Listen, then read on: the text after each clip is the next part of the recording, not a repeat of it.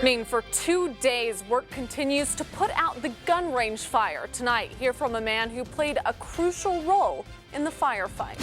Plus, Hurricane Dorian has devastated the Bahamas, and now it's just hours away from reaching the United States as a potential Category 5 hurricane. You're so welcome. And a big gift for a woman who has made a big difference. It's our latest installment of the Fox 13 Dream Team. Live from Fox 13 Studios, this is Fox 13's Live at 5. First at 5, it's the start of a new month, and we are already seeing record-breaking temperatures here in the Salt Lake Valley. Here's a live look from our Intermountain camera tonight. And Breck Bolton joining us in the Weather Center. Breck, it just kind of seems like Mother Nature is showing off at this point.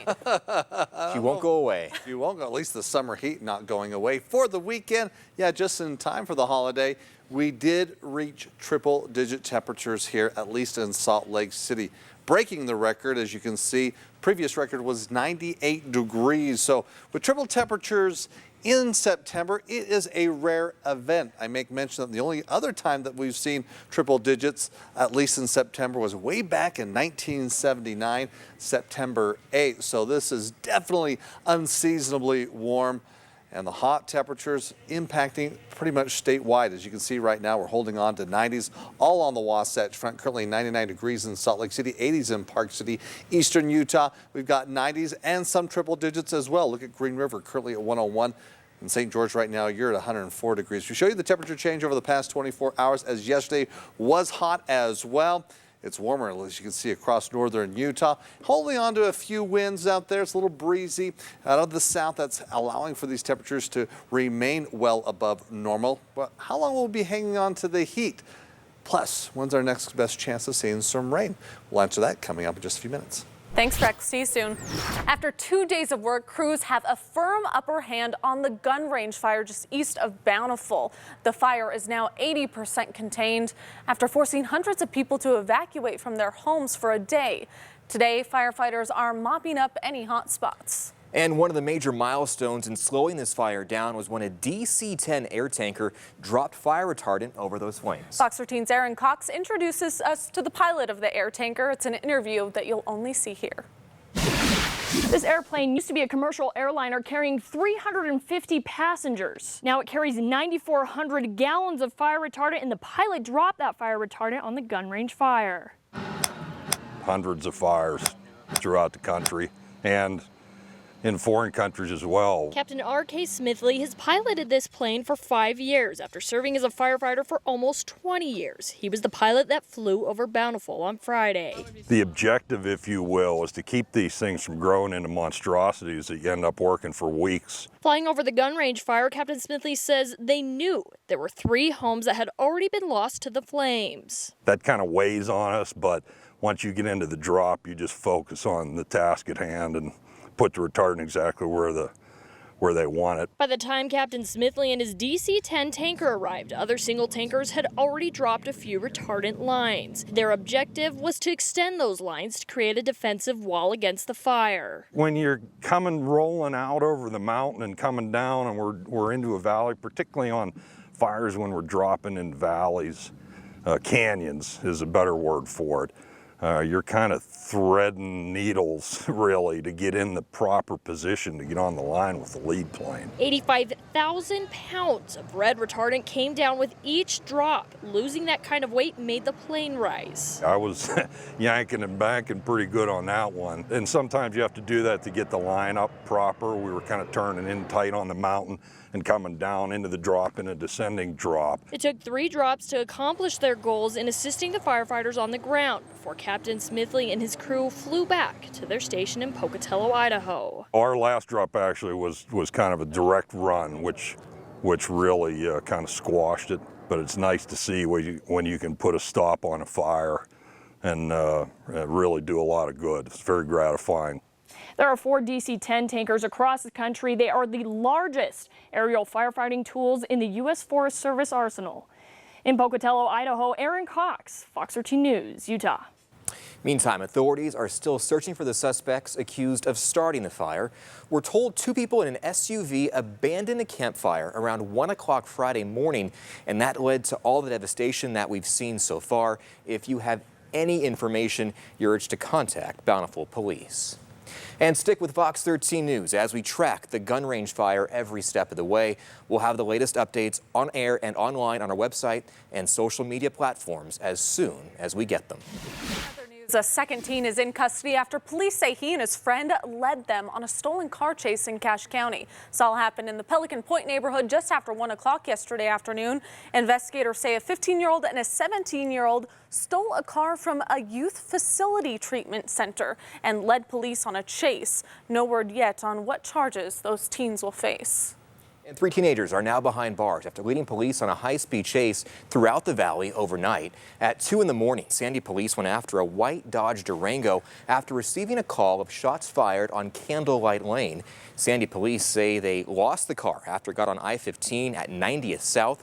Unified Police then picked up the chase at 5300 South and arrested the trio. Officers say they found multiple guns in the car, but no one was hurt. And now to a developing story out east that we've been keeping a close eye on. Hurricane Dorian has reached Category 5 status just a day before it's expected to make landfall. Now, this is a live look at Jacksonville, Florida, where all is quiet and peaceful now, but that will soon change. Already, the storm has become so large it's now visible from the International Space Station. Residents all across the southeast are preparing for the worst. Fox News correspondent Lauren Blanchard has the more from Daytona Beach, Florida. Hurricane Dorian makes landfall in the Bahamas, the storm packing up to 185-mile-an-hour winds. It's now tied for the strongest Atlantic hurricane to make landfall on record. Dorian reaching Category 5 strength Sunday, the highest level. The Abaco Islands hit with devastating wind and rain. The slow-moving storm causing catastrophic conditions with the potential for life-threatening storm surge and heavy flooding throughout the northwestern Bahamas. It's one of the largest we've ever seen. Its effects will be felt hundreds of miles or more from the eye of the storm. Dorian is expected to intensify as it heads towards the southeast United States. Its path still uncertain. The National Hurricane Center predicting the storm could hit coastal areas from Florida up through the Carolinas. The Federal Emergency Management Agency taking no chances. We are deploying assets all the way up and down the East Coast at this point. Evacuations already underway in Palm Beach County, Florida. Forecasters say the storm could curve away from the area before striking land. But Florida state and local leaders are warning people to remain alert and say they're in constant contact with federal officials. If you're in an evacuation zone and you're given an order to evacuate, please heed that call. My biggest concern is people are going to think, oh, we're off the hook. We are not off the hook. Florida, the Carolinas, and parts of Georgia all declaring states of emergency. Forecasters expect the storm to move over the Bahamas by Monday afternoon and continue towards the U.S. In Daytona Beach, Florida, Lauren Blanchard, Fox News. Still to come, a man planning a terror attack in the name of ISIS is now behind bars. We'll tell you where he was planning to strike. And he was paralyzed after an accident at work. Hear how this man is able to walk again. We're back in 60 seconds.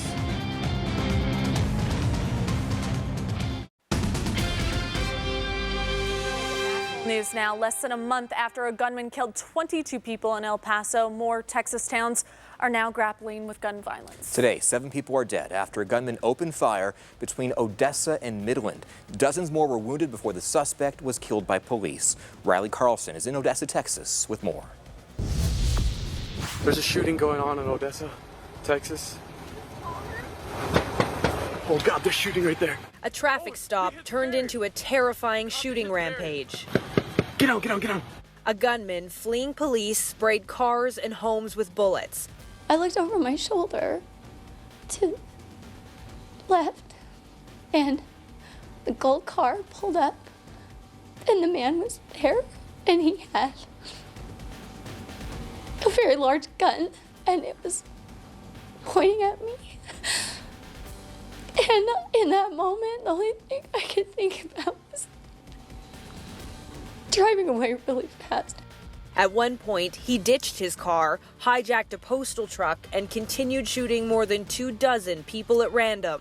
Just driving around, normal day, and then I hear gunshots. There's at least 10 shots. I got one on my door and one went through, ricocheted right here through my wrist. All I got is a scratch with a metal piece in me, and that's it, instead of a bullet hole. The gunman's deadly terror spree continued for about 20 miles between Midland and Odessa. It ended in a movie theater parking lot where police killed the shooter in a gun battle. There was just police everywhere, and there was a bunch of people behind the theater in the field walking, and next thing you know, this gunfire's going off. So it just all happened so quickly. It was a lot to take in. In Odessa, Texas, I'm Riley Carlson reporting. And today, new gun laws are taking effect in Texas. The laws make it easier for some people to have guns on school property, in apartments, and in places of worship. And in New York, a man is behind bars accused of plotting a terror attack in Queens, all in the name of the terrorist group ISIS. Police claim the 19-year-old suspect recorded videos and took photos of popular Queens locations in order to plan a stabbing or bombing attack on behalf of the terror group. Investigators say his actions led them to believe an attack was on the verge of being carried out. Neighbors who knew the suspect were surprised to hear the news. They're beautiful people. Yeah, I mean, the girls, I don't know the guy, but the girls, the children, they're so nice. I mean, I can't believe it.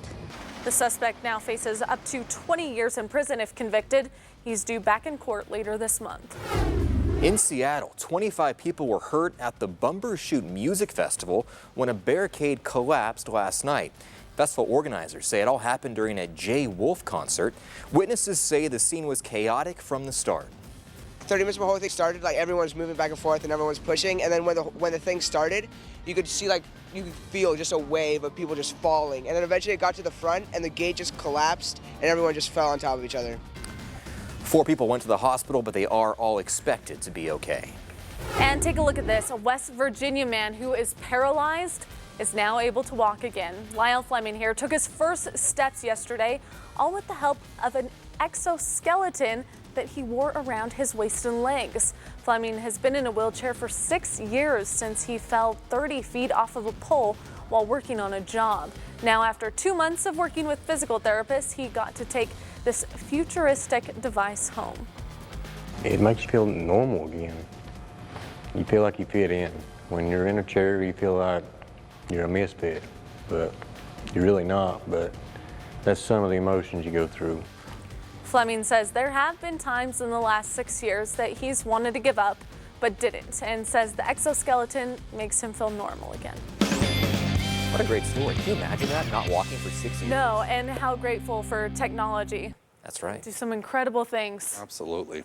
Technology helping me out, of course, with this forecast. Someone Hot has to help temperatures. you. I'm just kidding. Breck knows everything. Well, I've needed some help technology-wise, of course, tracking Hurricane Dorian. Boy, it's been changing directions, trying to get a handle on it as far as how it will be impacting the continental U.S. Boy, this storm, as of this morning, we're upgraded to a Category 5. We've been holding on to that strength all throughout the day. As you can see, its current position again marching through the northern Bahamas. Boy, packing a punch with winds sustained at 185 miles per hour. We've been seeing wind gusts in excess of 220 miles per hour. Now, along the Florida coast, they've been issuing hurricane warnings.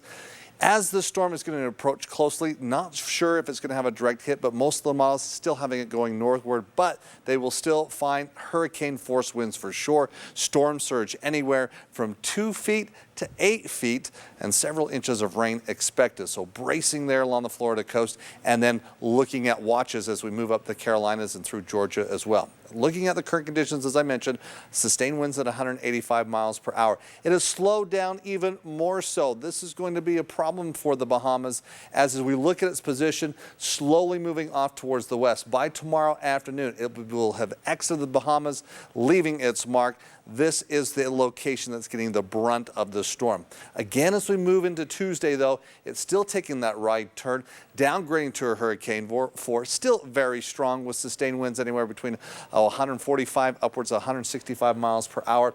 Moving and skirting along the coast, going up near Georgia as we transition into Wednesday, pushing close towards the Carolinas, heading into Thursday. So We're keeping those models in line to see that sharp right turn. And the thing of it is, as it's slowing down, which is not good news for the Bahamas, but as it does slow down, it's subject to an influence where we're going to see more of the flow coming out of the south and pushing that off towards the ocean there, and hopefully avoiding a direct hit on the continental U.S. At least that's still the situation for now. We'll definitely be keeping an update on that and let you know of any changes. Now, let's go turn towards our weather. It's been a hot and toasty day. Record-breaking temperatures. As mentioned in Salt Lake City, we reached the triple digits. Currently, we're 104 degrees in St. George. Turning towards the Wasatch Front, at least downtown Salt Lake City, temperatures right now at 99 degrees. Winds out of the south at 8 miles per hour. Look at the humidity, single digits. Not only is it hot, but it's also very dry. We need some rain. It's been several days since we've seen it. Of course, we got a little hit last Thursday night, at least in some spots, but definitely could use some more. Now, as we look at your headlines, temperatures remain above normal as we start the work week, including Labor Day. It's going to be a hot one, not as hot as we saw today, and it will be dry for most. We start introducing a little moisture. That monsoon flow will begin to kick in as we transition to tomorrow, Tuesday, and Wednesday. A couple things we still need to make you aware of. We do have a red flag warning in place across the Wasatch Mountains, Wasatch Mountain valleys through southwest Wyoming. That'll be in place through Monday. Still, as we look throughout the afternoon, we've been finding some winds anywhere between 10 upwards of 25 miles per hour. So be mindful if you're lighting or doing any campfires here over the next day or so. Tomorrow, looking at the flash flood potential, a concern towards southwestern Utah, where right now it's dry. We're going to keep it dry overnight and again throughout most of the day. But as this high pressure now in place moves further southward, we start seeing that monsoon flow kicking in, and we begin to see that hit come tomorrow. So as we look at our computer models, there's the movement of the moisture. Tomorrow afternoon, we can see southwestern Utah, at least some isolated showers. Those clouds move northward into Tuesday, where we can see a better chance of maybe seeing some showers on Tuesday afternoon across northern Utah. But it's clear tonight. Tomorrow, hot, sunny. Northern, central, eastern Utah, increasing clouds across the southwest quadrant. Again, seeing about a 20 to 30% chance of an isolated shower. And then also a slight chance Wednesday and Thursday. That'll drop temperatures as we're going to bring some clouds in, at least for southern Utah. And those clouds and moisture making their move towards the north. We'll see a chance of an afternoon shower Tuesday, potentially Thursday. And also looking towards next weekend on Sunday. That will drop temperatures of where they should be for this time of year. Mid to upper 80s. Boy, we're begging for that right now. Summer's never going to end. Hey, we broke a record, but let's... And on that, like, applause for Breck. You called that yesterday, triple digits, and I didn't know if we were going to get there today. Oh, and a little faith? I know, you believe? little faith. I'm had a believer. And I felt it. Yeah, you did. Thanks so much, Breck. Thanks, Breck. Well, the Flying Ace All-Stars Freestyle Show just wrapped up 2 months of high-flying action. Families visiting the Utah Olympic Park watched in awe as Olympian and national team athletes jumped more than 60 feet into the sky. With talk of the Olympics in Salt Lake in 2030, event organizers say they feel confident athletes today will make that Olympic team. Everybody you talk to is fired up about it. And as I said in the show, we could probably host the Olympics this year if we had to do it. So I think we're more ready than probably any place in the world to host the Winter Olympics at this time. And organizers say athletes aren't the only ones showing off. Even first-timers from 6 to 60 years old are the spotlight of the show. And top handlers from around the world traveled to Midway to demonstrate the amazing bond between man and dog. Of course, the Soldier Hollow Classic Sheepdog Championship here challenges owners and their best friend through a series of obstacles. Now, over the past 17 years, this event has seen a lot of growth, attracting a mix of people and cultures. But we have dock dogs over here jumping for distance. We have herding demonstrations, a Navajo rug show. We have the Scottish Highland Games happening over here as well. So it's a big draw. People come for a lot of reasons, and so it just seems to get better and bigger every year. Oh, those dogs are incredible. Organizers say this event is an amazing celebration of sport, friendship, and working together. Oh, look at them go. The finals of the Soldier Hollow Classic will happen tomorrow. The city of West Jordan has a bunch of new art on display, but only for a little while longer. Local artists decorated the area outside the library's event center for the 3rd annual Chalk the Walk event.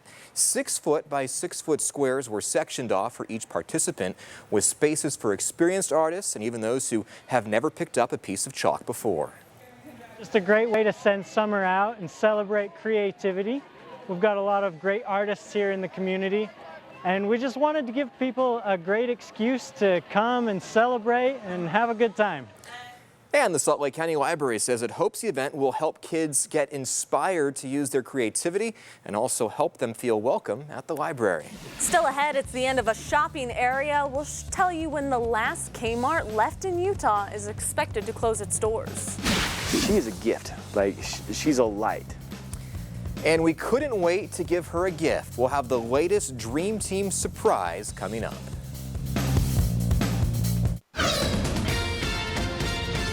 Welcome back. In today's Money Watch, the proposed settlement with Purdue Pharma, the maker of OxyContin, is drawing a pushback. Some states say the proposed $12 billion settlement with Purdue Pharma does not go far enough. The Wall Street Journal reports that the states claim it doesn't bring in enough cash to meet their demands. Virtually every state, in addition to thousands of cities and counties all across the country, sued Purdue. They claim the company's aggressive promotion of its painkiller OxyContin helped trigger an addiction to the epidemic. More tariffs on Chinese imports went into effect today, and these tariffs are among the steepest ones yet at 15%. Smartwatches, Bluetooth headphones, flat panel TVs, and footwear are just some of the products being impacted. In all, $300 billion of items will have those tariffs implemented. Altogether, more than 2/3 of consumer goods the U.S. imports from China now face higher taxes. And listen to this. Buffalo Wild Wings is now dabbling in some lighthearted couples therapy in a bid to lure customers to its restaurants to watch football. The chain unveiled a football prenup. It's an interactive document that allows customers to set terms on a game viewing schedule to avoid any arguments, disagreements during the football season. Of course, football season is a critical period for the restaurant, which has struggled in recent years amid high chicken prices and declining customer traffic. And in your Health Watch tonight, researchers say genes cannot be used to predict who will be gay or straight. A team of international researchers analyzed data from more than 477,000 people in the UK and the US, and they found same-sex attraction appears to run in families, and identical twins are more likely to be aligned in their sexuality. The study also says several hundred genes appeared to have an influence on sexuality. Researchers say while sexual orientation cannot be predicted by a single gene, environmental factors play a big role. And a new study says not so fast on knocking all fast food. It can be made healthier if you make some changes. Researchers at Harvard looked at 34 fast food chains, and they found an average combo meal containing almost 1,200 calories and lots of sodium plus saturated fat and sugar. But they say if you hold off on special sauces, take off the cheese and the toppings, and go for water instead of soda, you will be better off. Researchers say moderation, of course, is the key. And doesn't sound as good, though. No, the sauce is the best part. Coming up in the next half hour, augmented reality is growing in popularity, but could we soon shop that way? I sure hope so. We'll tell you what researchers are developing.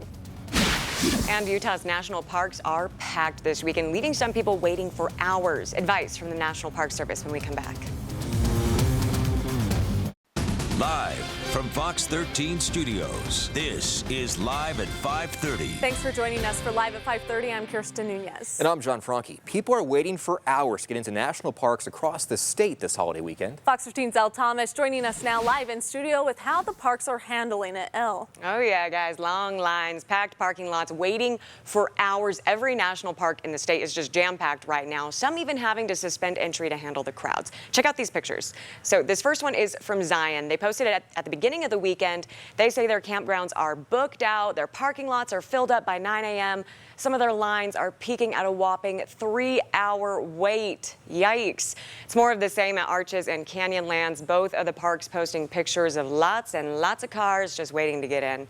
Arches had to suspend entry for 3 hours today to handle all of those crowds. Now, their best advice, if you can wait to visit the parks, do. Labor Day and Memorial Day weekends are their busiest times of year. However, if you're already in for the weekend, you can always find current wait times on each park's website. Live in studio, Elle Thomas, Fox 13 News, Utah. Thanks, Elle. And not only were people waiting just to get into the park, but I saw the Angel's Landing had a 2-hour wait. Gosh. Oh, whoa. I can't imagine hiking that with the chains, with it being jam-packed and super so hot. hot. Go next weekend instead. Right. I'd be avoiding it for sure with the temperatures as they were in Zion National Park, close to triple digits. We did make it up to the triple digits in Salt Lake City. Down in St. George, you've been seeing temperatures at about 105 degrees. Now, across the state, here is the scene. Not a cloud in the sky. Speaking of looking at some of the national parks near Arches, you can see Moab, Castleton Tower there. Yeah, it's going to be a beautiful evening, but still very hot, even seeing triple digits in Moab at this hour. Now let's take a view northern Utah County. This is just west of Saratoga Springs, looking across the northern end of Utah Lake. You can't even see a cloud. It looks like about 100 miles away. As we're going to keep skies clear here for the rest of the afternoon into the evening, and these toasty temperatures, we're hanging on to it. Right now we're at 99 degrees in Salt Lake City, 95 in Price. Several locations with afternoon highs anywhere between 10 to 15 degrees above normal. These are temperatures that we typically experience there in the middle of July rather than here in the first part of September. Now, with high pressure in place, it's dry. That high pressure just to the east, keeping things hot. As we take a look at your hour-by-hour forecast for the rest of the afternoon into the evening, we get down into the 80s. Takes us until 9 o'clock to do so, keeping the skies again clear overnight.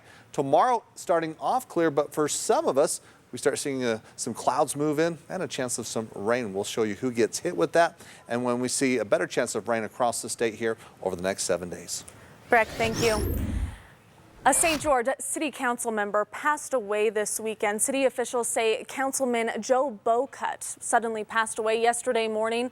Bocut was a member of the St. George City Council since 2013.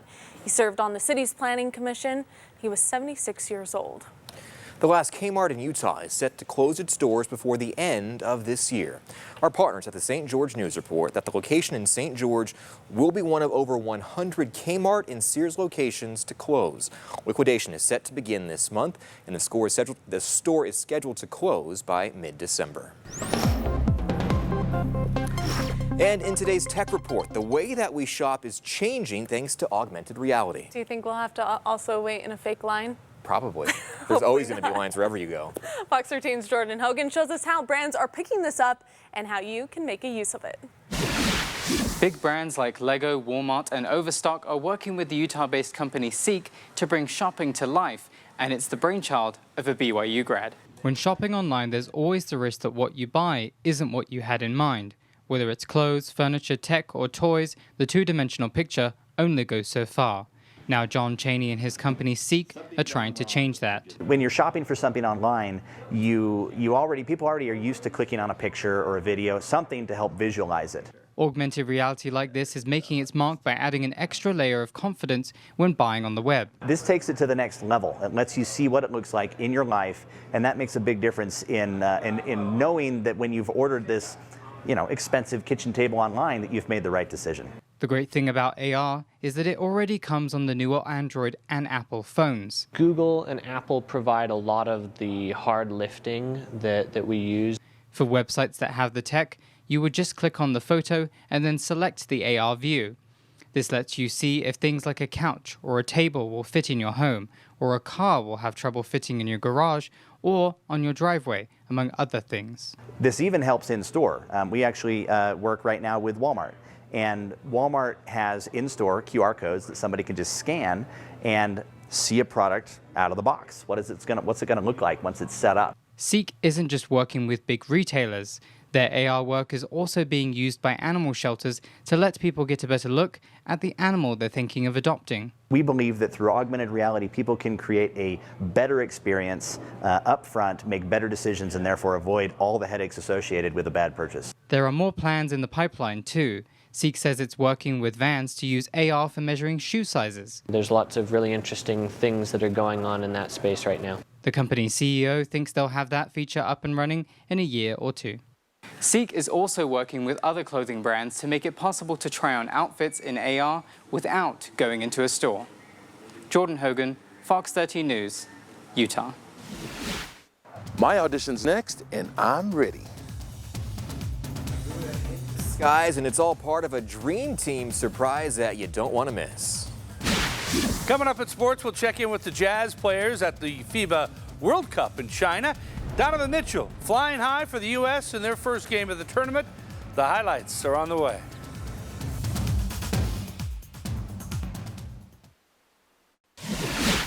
Welcome back. If you're just joining us, here are some of the top stories that we're following today. We start with this extremely hot weather that we're feeling all over the state of Utah. The National Weather Service says the Salt Lake City airport hit 100 degrees during the 3 o'clock hour, and that breaks today's previous record high of 98 degrees set back in 1995. Salt Lake City has hit 100 degrees one other time in September. That was back on September 8th, 1979. And after 2 days of work, crews have established a firm upper hand on the Gun Range fire east of Bountiful. The fire is now 80% contained after forcing hundreds of people to evacuate from their homes for a day.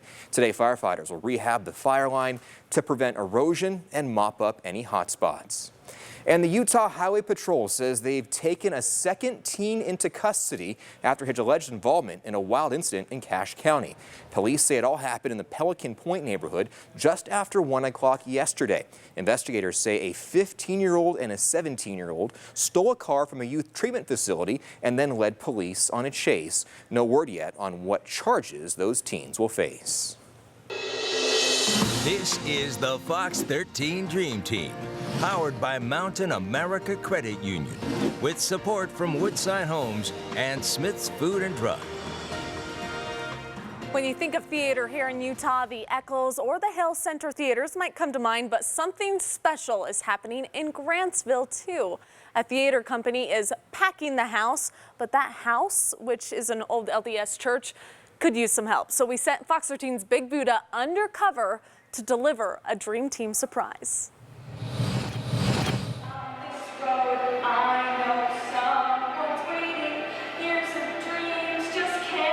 Hey, I'm right outside the old Grantsville church where a lady named McKay runs a local community theater.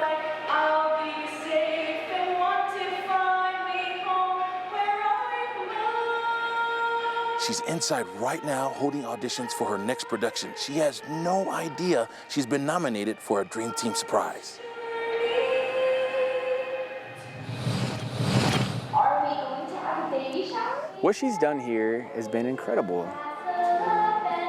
Aaron Nelson is one of many people who've come to call this place their second home. I served still in the military, and I came back from a pretty tough stint, and I decided I wanted to be around people who were happy. And I found McKay. Also, ladies and gentlemen, A small theater in a small town is not a big moneymaker. It's a labor of love. What we have here at the theater rivals any theater in the state. And we do it with, you know, a tenth of the budget, a tenth of the capabilities. And that's McKay. That's McKay and Kelly also. Kelly, her husband Kelly, this is their life. They built this here. They built this dream. One thing that could help that dream along, air conditioning. Small window coolers can't keep up with the demand, and a new AC system just is not in the budget. I played the Pirate King in the Pirates of Penzance here in this theater in the summertime. It was a very high energy role. And so I was running up and down, dancing all over the place. By the end of the show, people were saying like, man, you're sweating. So I was literally drenched in sweat. A lot of these shows go 3 hours. And yeah, by the end of it, they're kind of over the nostalgia and they're like, man, you know, you just see the fans going. My audition's next, and I'm ready. Would you like to introduce yourself? Okay.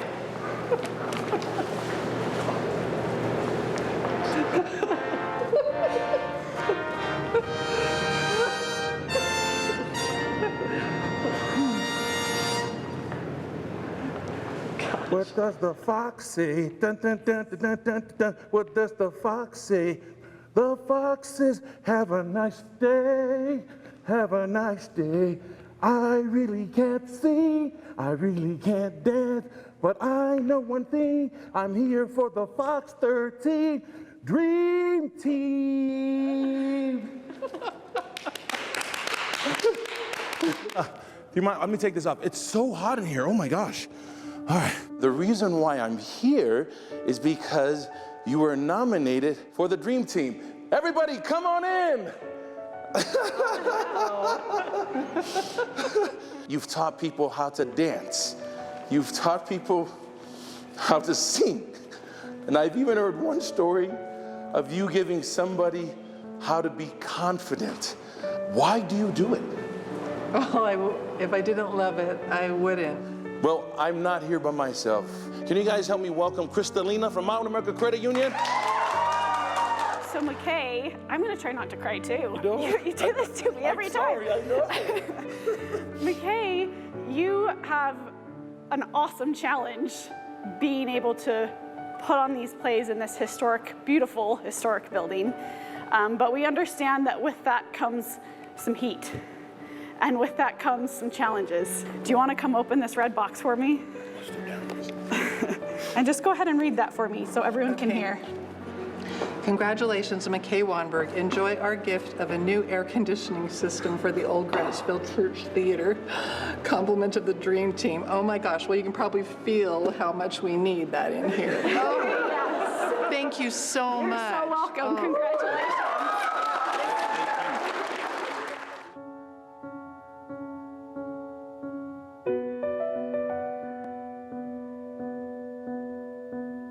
One, two, three. Dream Team! Woo! All right.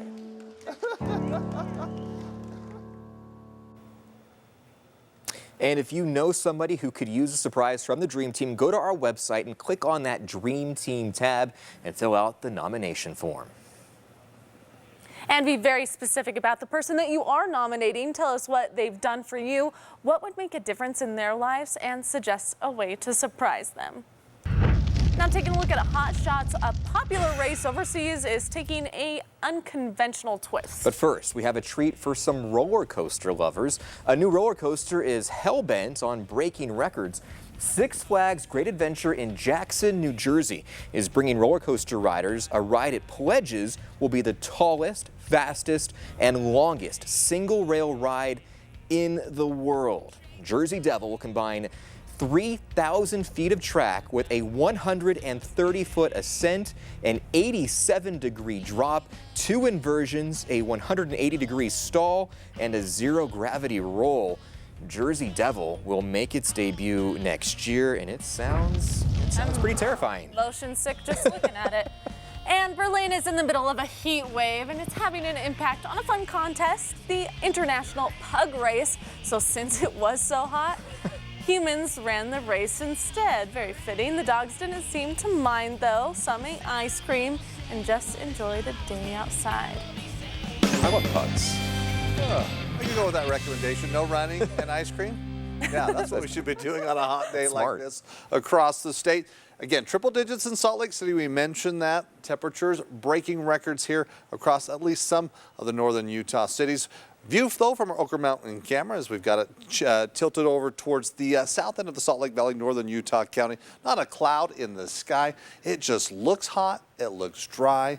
And we'll keep that weather pattern going at least for another day as we move into Labor Day. Current temperature, though, at 99 degrees, so we've cooled off a degree from our hot temperature here this afternoon. We're at 94 degrees in Ogden. Provo, 97. Winds for most spots out of the southwest. That has allowed for these very warm temperatures as we've been finding afternoon highs 10 to 15 degrees above normal. Now, as we've been seeing more of a persistent breeze across extreme northern Utah, Wasatch Mountains, we still have that fire weather warning that we need to make mention.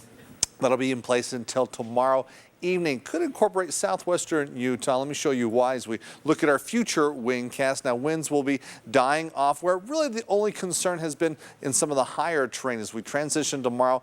Winds returning towards the Wasatch Mountains, southwest Wyoming, and even a little bit stronger across southwestern Utah come tomorrow. That's why we have that warning in place, because it is so dry out there. Single-digit humidity across northern through central Utah. We don't have the clouds. We don't have the chance of rain, but moisture coming back into the forecast. High pressure, which has been bringing the heat, High pressure, based on its position, can also bring the moisture. We also always talk about that monsoon flow that we typically find in the months of July and August. But we've been extending summer here in the first part of September. Thus, we're extending the chances of seeing a better possibility of that monsoon flow returning. Confirming that as we take a look at our computer models, where the high pressure moving towards the south. Ideally, as it sets up near the Four Corners area, we start tapping into that moisture. We start to see that at least through southern Utah tomorrow into Tuesday, then moving further northward with a chance of some showers, potentially for isolated activity for northern and southern Utah, moving Tuesday, Wednesday, and Thursday. It's only about a 20 to a 30% chance. That's what we find. Very isolated, but at least it's bringing a chance of maybe seeing some rain. And then it should begin to exit as we look towards the end of the week as well. So Labor Day forecast then for tomorrow. We're going to be looking at your day planner, at least in southern Utah. We start off in the 70s, increasing the clouds throughout the afternoon. A chance of an afternoon shower, at least for the Dixie area. And that's, again, mainly southwestern Utah. Southeastern Utah, you should be okay. So tomorrow's day planner for northern Utah, it's sunny, hanging on to the sunshine. Still hot temperatures, still above normal. Maybe a few clouds throughout the afternoon, but not quite as hot as we saw today. So statewide, looking at these afternoon highs, about 10 degrees above normal, 95 in Salt Lake City, upper 90s in Provo. We're hanging on to the 90s from Vernon to Price, triple digits in Moab, 101 in St. George. Again, that southwest quadrant, so from Milford, St. George through Zion, maybe over towards Bryce Canyon, about a 20% chance of seeing that isolated shower. Also a possibility Wednesday and Thursday, as we bring in those clouds, we're also bringing slightly cooler temperatures. We're into the 90s heading into Friday and Saturday. And for northern Utah, it's mid-90s tomorrow. Then it's low 90s on Tuesday. We'll see some clouds heading into the afternoon. Wednesday, it's mostly cloudy, a chance of an afternoon shower as we look into the afternoon, as well as we look towards Thursday and Friday. We're going to be looking at partly cloudy skies and temperatures returning down into the 80s. So that is our forecast. 10 degrees above normal. I was talking to El Thomas on our way in because it felt like a sauna when we walked outside. Oh, yeah. But we did agree that we would rather have this than be trudging in snow. Yes. On our way in. I'll take the If you want to look any at day. extremes, that's the extreme we'll take for sure right now. Because Yeah. we'll miss this in a couple months Yeah, when we it's a probably foot will. of snow on the ground. Okay, thanks, Beck. 3 Utah Jazz players are playing for their country at the FIBA World Cup in China this month, including Donovan Mitchell, who's playing a starring role for the U.S. team. They played their first game of the tournament today against the Czech Republic. Mitchell played well for the red, white, and blue, lays it up and in for the U.S. Then he drives, stops on a dime, knocks down the jumper. Here's the big play of the game. On the break, showing off the handles and the hops. Throws it down to the delight of the crowd. Mitchell led the U.S. with 16 points. They beat the Czech Republic 88-67, opening the World Cup with a nice win. We did a lot of good things. We guarded it well. We got a lot of things we can definitely work on, but I think this is definitely a good start to the tournament. The fact that we're so close, we've become so close so fast, I think it's allowing us to be able to communicate with each other about just staying locked in. Obviously, you know, our fans are thousands of miles away, so it's obviously always kind of an away game, but being able to stay locked in with us as a unit, I think that's one thing we're really adjusting to, and I think we're doing a good job of that. Rudy Gobert is the big man in the middle for France. Gets one of his 5 blocks against Germany. The 2-time NBA Defensive Player of the Year also had 9 points, 9 rebounds. Close game between these two, but France pulled out a 78-74 win. Joe Ingles is playing with Australia, drives and dishes to former Utah Ute Andrew Bogut. He throws it down against Canada. Ingles finished with 13 points, 9 assists. Bogut also played well, throws down 2 more of his 12 points to go along with his 9 rebounds. Australia beat Canada 108-92. Astros starting pitcher Justin Verlander had a big day in Toronto. Took the mound in the 9th inning with a no-hitter against the Blue Jays. Gets the strikeout for the second out of the inning, so 1 out away, and he gets the ground ball to third for the final out. Verlander with his 3rd career no-hitter, and the Astros 2-0 win over the Blue Jays. Real Salt Lake continued their push to the playoffs last night in Portland. Tough match, though. On the road, Portland took the lead in the first half on this great goal from Diego Valeri. RSL did have a chance to tie it late, but they could not convert on this free kick. Portland won at 1-0, but RSL still in 3rd in the West with 6 matches to play. I think the whole team knows we put in a good effort. We created our chances away from home. You know, it's not like we got dominated or anything. So I think we'll use it as momentum for our next game. I don't think this game is going to deter us in any way, shape, or form. The Utah women's soccer team took on Cal Poly this afternoon. Courtney Talbot with her first career goal in Utah. In the first half for a 1-0 lead, Ireland Dunn just keeps it in bounds on the cross, and the freshman from Fremont High School chips it over the goalkeeper. That was the only goal. Utah won it 1-0. The Utes will play BYU on Friday. Coming up tonight on the Fox 13 Sports page, we'll look back at the Utah BYU rivalry game and the impact Francis Bernard had on his former team, plus recaps from Utah State and Weber State on their football season openers. Starts at 10:05. Can't believe week 1 is already in the books. We're moving on, It'll right? be Thanksgiving before we even know it. Yeah, right? So is it good for football fans to have that Utah-BYU game at the beginning of the season to get riled up, or is it a fun way to like end the season like it was? I loved it. The whole summer we were looking forward to this rivalry game. Now the coaches said they weren't big fans of it, but I thought it was great, and I think it was great for the fans. But did the game disappoint? Was it what you expected? For BYU fans, it disappointed, but I think it went about how a lot of people expected. Great. Thanks, Yeah. Jeff. We'll be right back. Return to sender. Okay, finally on Live at 5. Not sure what this song is, but Don't know this song? No, you know it? It's old. Yeah. And Breck's old, so he knows it. That's right. My mom played this on the radio. Okay, they had radios back then? Time to break out the pen and paper and go old school. Today is World Letter Writing Day. A photographer from Australia named Richard Simpkin founded this day after corresponding with 80 legendary Australians for a book. Simpkin says handwriting is your DNA. It's like your fingerprint that only you can share with others. Simpkin suggested World Letter Day is a good day to take a break from social media. I don't know how you're going to convince the kids these days. Nobody writes anymore. Are you kidding me? Oh. Type with their thumbs. No, when I do write, my hand just cramps up now. And my handwriting now Lost is terrible. art. Like it was never good to begin with, but now it's awful. Greg, I'm sorry. I'm probably older than you. So I apologize. Thank you very much. You're a young, nice young person. Thank you. I appreciate that. Okay, thanks for joining us on Live at 5. We'll see you back here tonight at 9 o'clock. Have a good night.